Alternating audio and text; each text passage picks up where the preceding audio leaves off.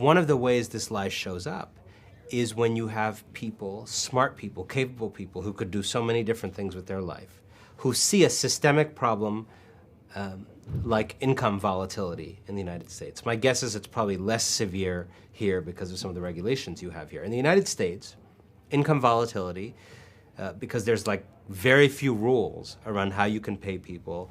You can make everybody a contractor. You can cut people's hours without any notice. I have sat in businesses and seen employers tell employees they can go home 4 hours early, which means making 40 or 50 less dollars that day because there's no demand in the store, right? Thus throwing their entire life and plans into chaos, their ability to pay bills into chaos. So people have these very up and down incomes. I think one of the women I wrote about in the book, I think she made $90 in certain 2-week pay periods, or 1 week, I forget, and $700 in others. I mean, how do you plan your life when you don't know if you're gonna make $70, $90 in a week, or $700 in a week? So along comes this app called Even. And I wrote a piece about Even. And I think it was well-meaning. It was an attempt to genuinely help people. The company was motivated by a study that described the mental toll that poverty takes on people because of the stress. So it was motivated for a lot of the right reasons, but Even's solution to this systemic structural problem, which is that it is legal to employ people in ways that are morally indefensible, Even's solution was not to fix that, was not to fix those structures, was not to give workers actually more power relative to the owners of capital.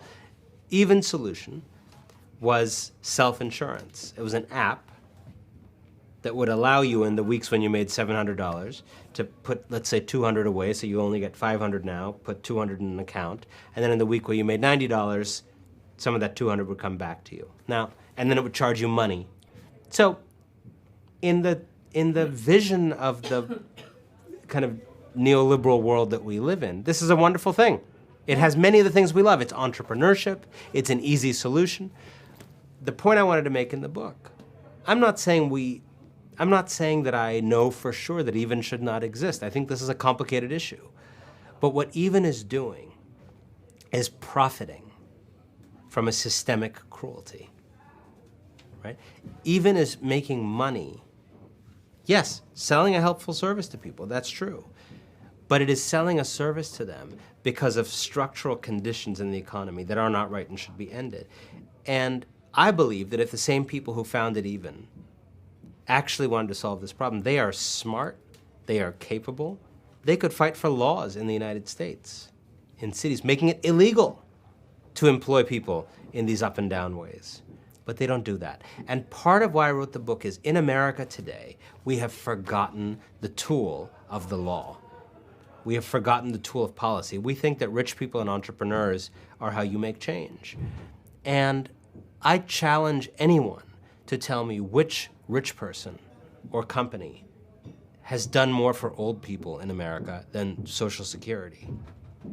Which rich person or company has done more for health care for poor people than Medicaid? Which rich person or company has done more for women than suffrage?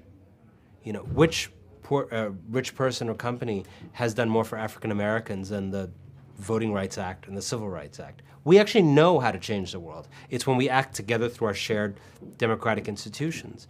But we have been in the grips of this religion that tells us is the way you really make change is not together but alone. And I think it's a gospel that has to go. Uber, Lyft, all these car service companies. What's the language? It's a language of freedom for drivers. Set your own schedule, set your own hours, don't work in the, okay, great. In New York, a survey found that a great number of these drivers make less than the minimum wage. Now, I'm not a grammarian, but nothing should be less than the minimum wage. That's kind of the whole idea of a minimum. But somehow they found a way. How did they find that way?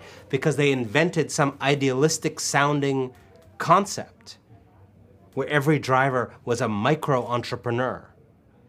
making their own schedule, right? What have they done? They've taken this notion of freedom and actually used it to undermine one of the great victories for freedom of the 20th century, which is unions and collective bargaining that gave workers like that protection. They use the idea of freedom to kill freedom.